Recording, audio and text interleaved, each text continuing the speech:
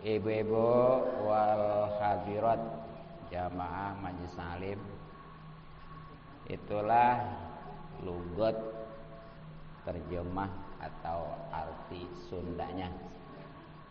Sekarang Indonesia dan insya Allah penjelasannya. Yang jelas masih tentang maksiat kaki. Artinya dosa yang disebabkan dengan kaki. Dan insya Allah ini bagian akhir ya. Nah, diantaranya sebagaimana tadi dikatakan wa maddur rijli, dan menghamparkan kaki ilal mushafi pada Quran. Baik.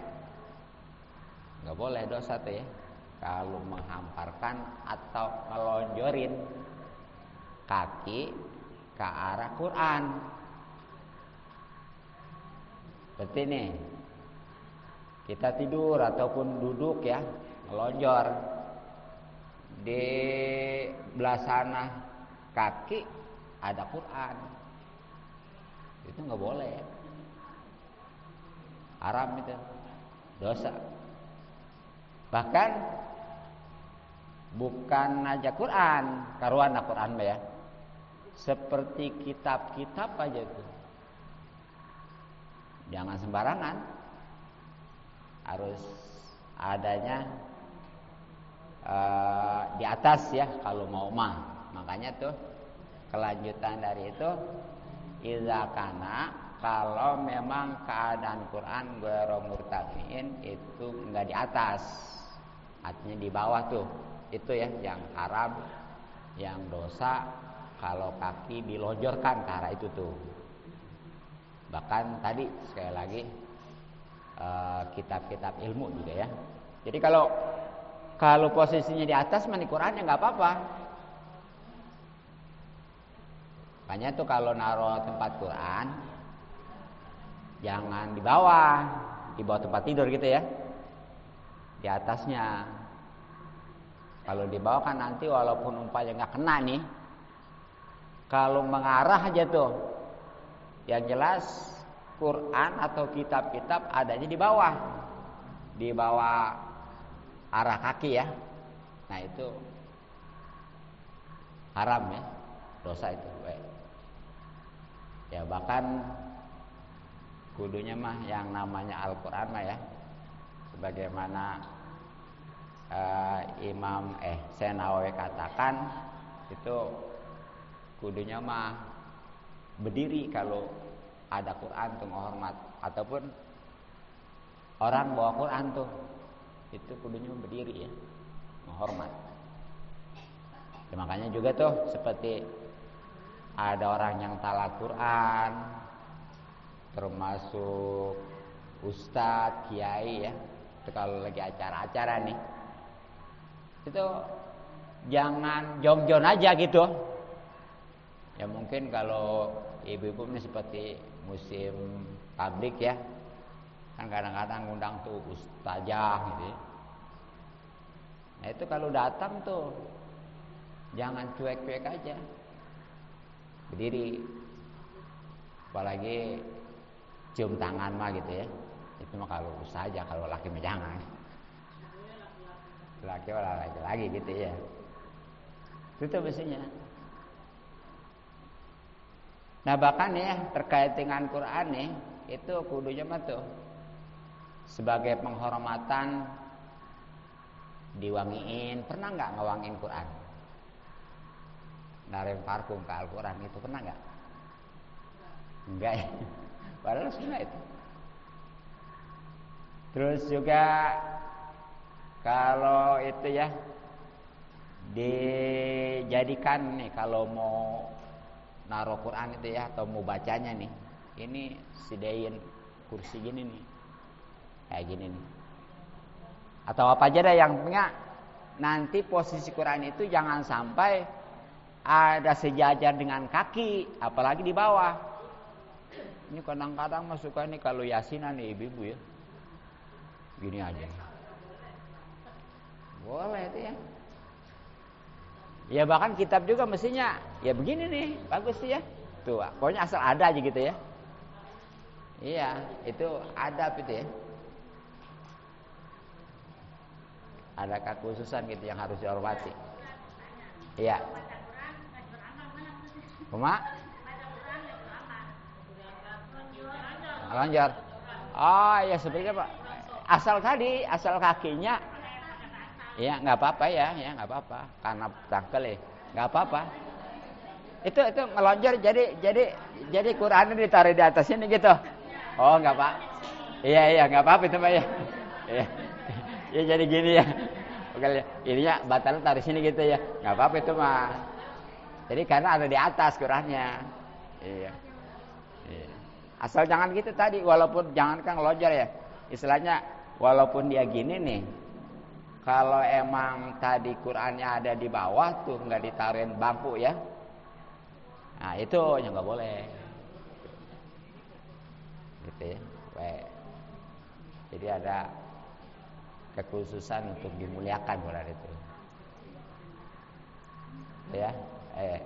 Dia bahkan nih kalau beres baca Quran tuh, kalau ataupun enggak lah ya, sengaja aja nyium, pernah nggak? Kalau sengaja doang ya. Jangan surat cinta aja gitu ya, kalau surat cinta. Ya dulu gitu ya. Iya. Itu ya Quran. Nah, itu diantaranya hati aturannya ya. Diawali dari jangan ngelonjorin kaki ke arah Al-Quran atau kitab. Kalau memang tuh Quran atau kitab itu adanya di arah bawah kaki. Kalau di atas mah nggak apa-apa tadi ya. Nah kemudian wa kullu masyin, dan setiap berjalan ilal muharrami ya, atau ilal muharrami ya, kepada yang diharamkan. Sama itu juga termasuk maksiat yang disebabkan dengan kaki, khusus langkahnya itu. Seperti apa nih contohnya? Melangkah atau jalan kepada yang diharamkan. Banyak sebenarnya mah. Ya, seperti mau nonton tuh. Ya. Yang nonton maksiat itu, kalau nggak maksiat nggak apa-apa ya. Nah, terutama di sini nih dikasih contoh nih. Auzubillah ya. Seperti jalannya ke pintu pemerintah, pemimpin nih yang zalim tentunya ya. Itu Abu Bakar itu kalau dia datang ke pemerintah nih ya, presiden atau apalah yang zalim, itu ngelangkahnya sama dosa dia. Apa sebabnya? Sebab di situ hakikatnya dia itu sudah merendah dan memuliakan, kemudian memperbanyak pengikutnya juga secara tidak langsung dia itu udah andil gitu ya, nolong gitu ya. Jadi itu emang pemimpin yang zalim yang gimana? Ya, pertanyaannya ya. Sebenarnya yang namanya pemimpin, mulai dari presiden, kudunya melayani rakyat. Jadi apa yang diinginkan rakyat itu harus dipenuhi, gitu. Tanpa bayaran sebenarnya mah tanpa ya. Kudunya mah, tuh. Jadi intinya mah nih, seorang pemimpin itu adalah katakanlah pelayan rakyat gitu tuh. Pelayan rakyat. Itu baru benar-benar tuh. Tapi kalau dia nggak melayani rakyat, melayani tapi umpamanya pakai bayaran, apalagi padahal mah dibayarnya, tapi bayarannya mahal, bahkan itu juga masih diperas saja gitu ya. Itu zalim namanya itu. Itu kalau datang yang kayak begitu tuh, ya, itu hukumnya maksiat, dosa itu ya. Ya karena memang dia sekali lagi hakikatnya itu sudah merendah, kemudian memuliakan, kemudian memperbanyak pengikutnya, dan secara tidak langsung dia itu sudah nolong. Sedangkan di Al-Quran itu jelas, wala ta'awanu alal ismi wal udwan ya, surat Al-Maidah. Janganlah kalian saling tolong-menolong dalam hal dosa dan permusuhan. Itu zalim itu. Nah berkenaan ini nih ya, itu bukan aja pemimpin zalim, termasuk juga tuh kalau datang ke orang kaya atau didatengin orang kaya, dia betul-betul menghormat karena kekayaannya. Betul. Ya kan kita mau umumnya nih ya, kalau datang ke orang miskin mah ya, atau didatengin juga ngarep nggak ngarep ya. Tapi giliran kedatangan orang kaya tuh, disiapin kayaknya ya. Apalagi mau datang ke orang kaya tuh, itu kayaknya lain dah. Ada maunya gitu ya. Nah itu baik. Jadi pokoknya mah mau orang kaya, mau orang miskin, jangan dibedain dalam penghormatan ya.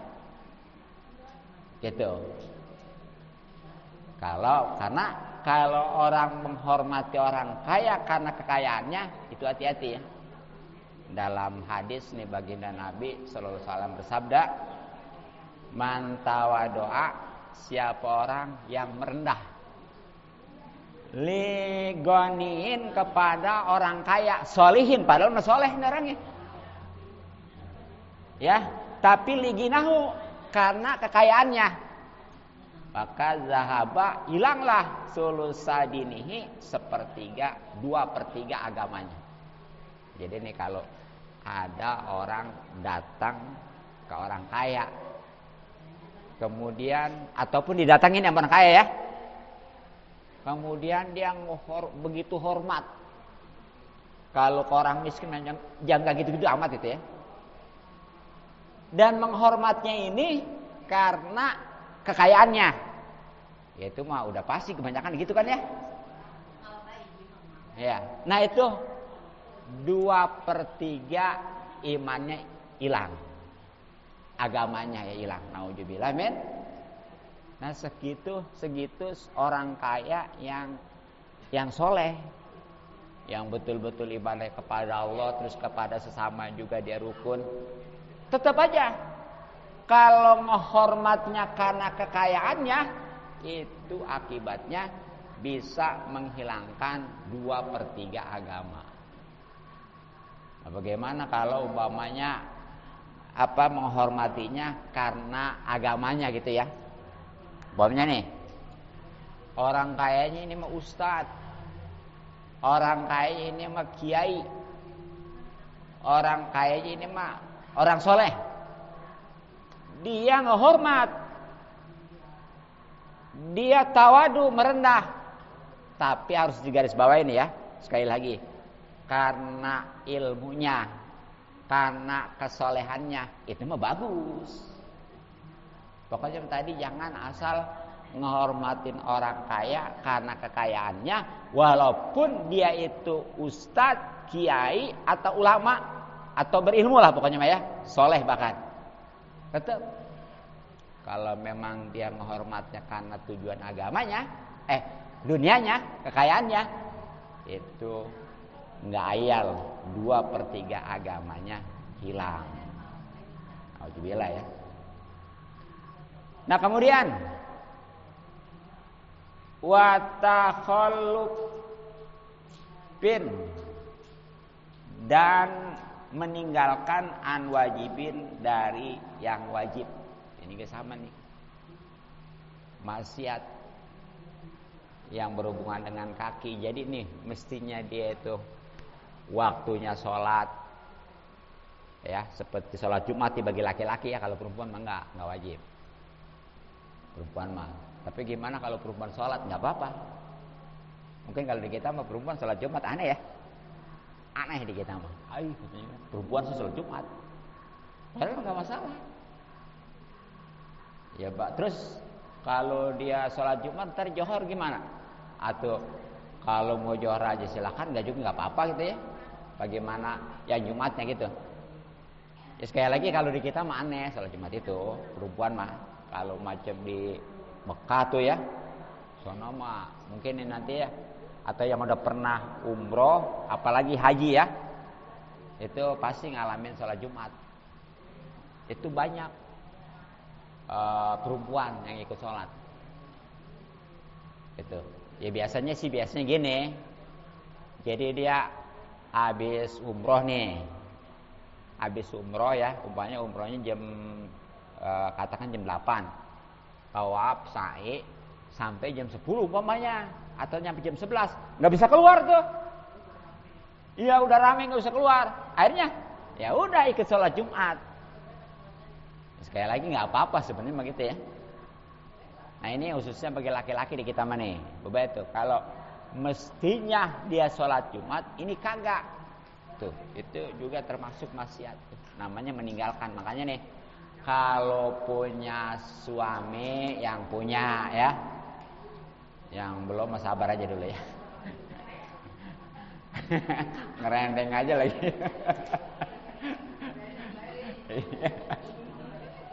Itu kayak boleh masangin aja ya. Oh udah punya. Atau punya anak nih, punya anak ya.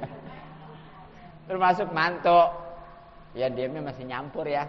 Itu aja kalau Jumat mau urak-urak. Tahu nggak urak-urak? Gebah gitu. Terus sholat Jumat ya. Begitu. Sebab kewajiban tuh kalau seandainya nggak dilaksanakan, ya dosa. Kalau sholat yang 5 waktu mah boleh di rumah emang ya, karena nggak wajib berjamaahnya. Kalau sholat Jumat kan wajib berjamaah, makanya nggak boleh di rumah. Ya pokoknya mah kudu digebah aja. Emangnya gini ya, kalau zaman dulu nih, orang yang sholat Jumat sama yang nggak sholat Jumat ketahuan. Apa sebabnya? Orang dulu mah di rumah semua ya. Iya, jadi kalau nggak Jumat malu ketahuan. Sekarang mah orang mau sholat Jumat nggak sholat Jumat nggak ketahuan. Apa sebabnya? Karena pada kerja. Iya. Ya sama tetangganya. Itu si Anu nggak sholat. Oh jangan-jangan dia lagi kerja, lagi shift 1 ke 5 ya. Ya kan gitu ya. Ya seandainya juga padahal dia shift 2 atau shift berapa ya. Disangkanya kerja aja. Jadi nggak ini sekarang mah. Makanya orang mau sholat Jumat muka juga ketahuan. Beda dengan dulu ya. Gitu. Nah termasuk di sini nih, ini ya, yang istilahnya wajib tapi ditinggalkan nih, nantinya jadi dosa tuh. Dan tentunya karena yang mestinya dia tunaikan jalan tempuh, ini kagak, ya, adalah dalam rangka menuntut ilmu yang wajib. Jadi kalau seandainya mestinya kan dia ngaji nih, nuntut ilmu yang wajib ya, ini kagak, dosa tuh. Nah emang ilmu yang wajib itu apa aja? Nih, jadi ilmu yang wajib yang dituntut nih, kalau memang ibu-ibu nggak diajarin sama suaminya nih ya, karena suaminya boro-boro ngajarin, bisa juga kagak ya. Ya ini harus maksa ya, harus maksa. Jadi seandainya suami nggak ngasih, kita nentang, nggak dosa. Ya bahkan tuh suami yang nggak ngajarin karena sekali lagi tadi boro-boro ngajarin, dia juga nggak bisa ya, ngelarang, itu dia dosa. Makanya tuh suami dengerin nih, yang istrinya mau ngaji ya, Nggak kudu disuruh lagi. Kadang-kadang kan yang nggak mau mah disuruh juga susah ya. Ini mah nggak disuruh juga mau dia. Ya sebenarnya kewajiban suaminya tuh, tapi sekali lagi suaminya boro-boro ngajarin. Itu kudunya bersyukur tuh. Bahkan kudunya mah modalin. Kalau mau ngaji tanya, punya duit gak? Bahkan jangan ditanya lagi ya, kasih aja dah. Mau ngaji kemana? Tuh, ke Musola Al Mujahidin. Nih, 100.000. Mantap tuh ya. Kayaknya ngaji terus kayaknya. Semangat ya.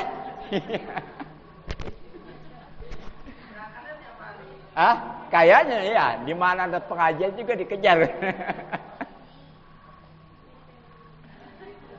Ya sebenarnya mah kalau mau tahu mah ya, duit 100.000 mah kecil. Jadi nih ngaji kalau mau diinin materi ya, itu lebih baik daripada dunia beserta isinya.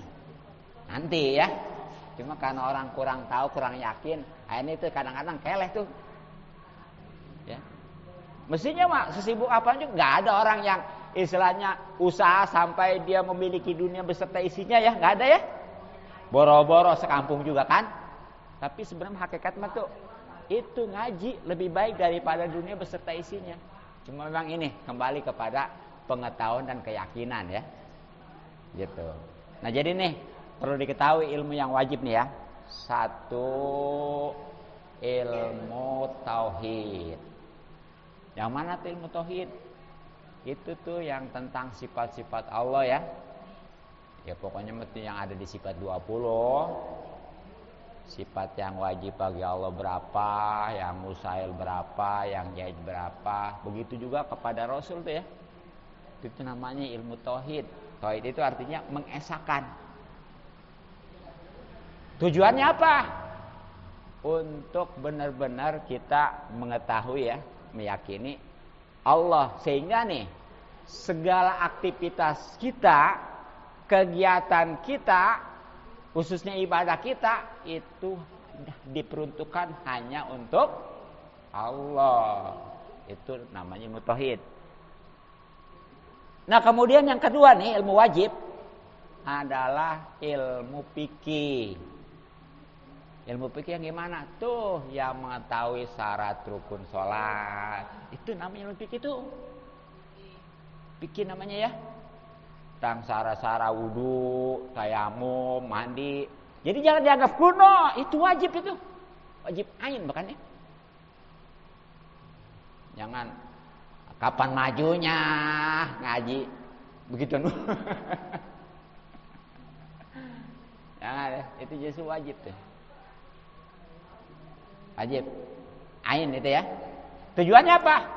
Jadi tadi setelah kita tahu tujuan kepada Allah, kan kita untuk menujunya kudu pakai kendaraan. Contoh gini ya, kita jelas nih tujuan mau ke Tangerang. Ke Tangerang, arahnya ke sono kan ya.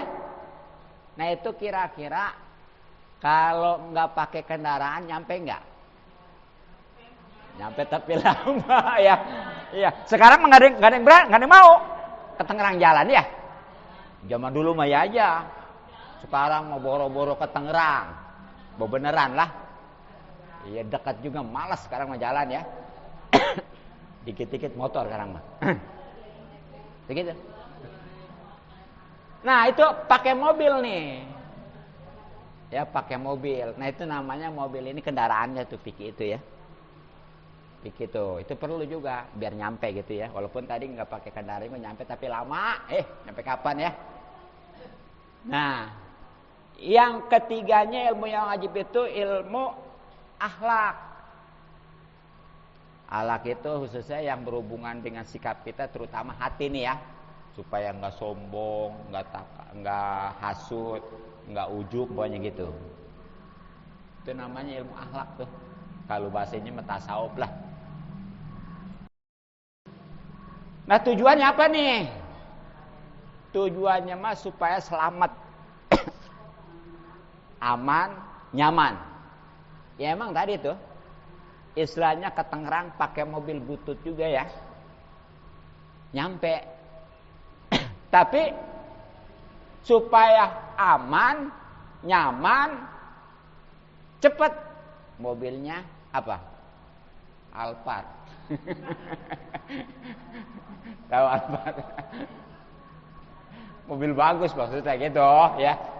Ya, itulah fungsi daripada akhlak tuh ya, wajib tuh.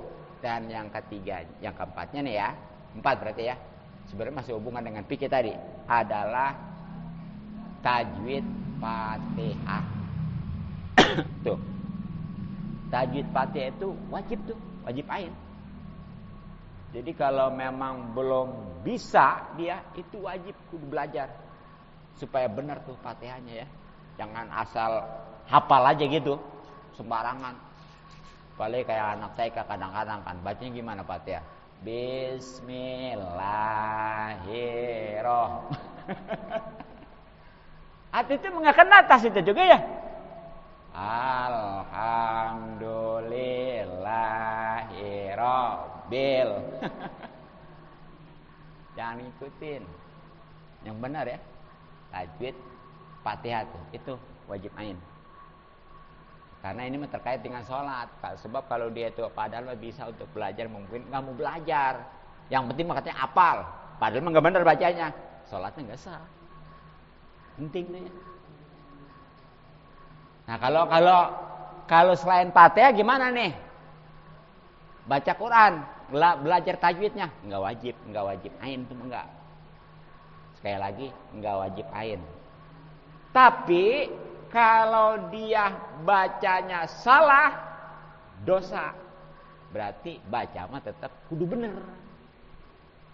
Walaupun nggak wajib ain belajar tajwid selain Fatihah, kalau baca mah wajib bener. Kalau nggak bener, dosa. Kata ibu betul, mendingan saya katanya nggak dosa. Kenapa? Nggak salah-salah. Kenapa? Nggak baca-baca. Jangan begitu ya. Ya supaya katanya pengen nggak salah-salah. Mendingan jangan baca, nggak salah lagi. Nah itu ya. Selain daripada itu, ilmu itu nggak wajib ain ya. Paling wajib kifayah. Makanya tuh macam-macam ceramah-ceramah tuh ya.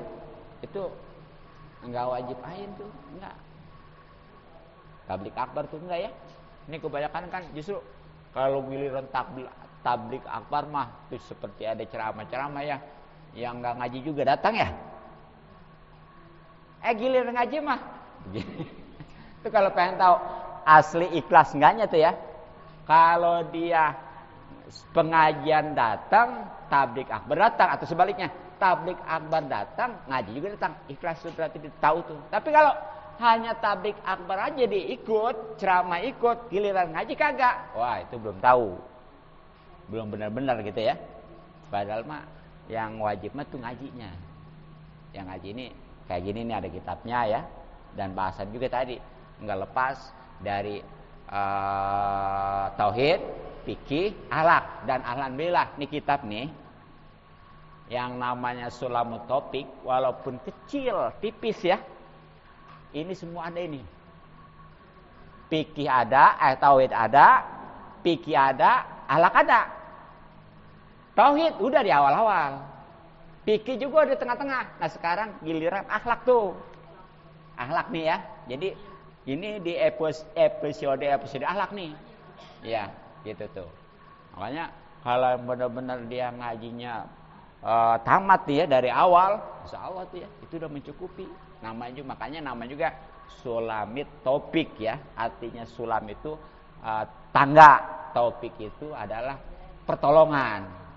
Jadi ini kalau yang betul-betul sekali lagi dia ngaji, paham, diamalkan, insyaallah itu akan selalu mendapatkan pertolongan dari Allah Subhanahu wa taala. Nah, mungkin cukup ya. Mudah-mudahan manfaat.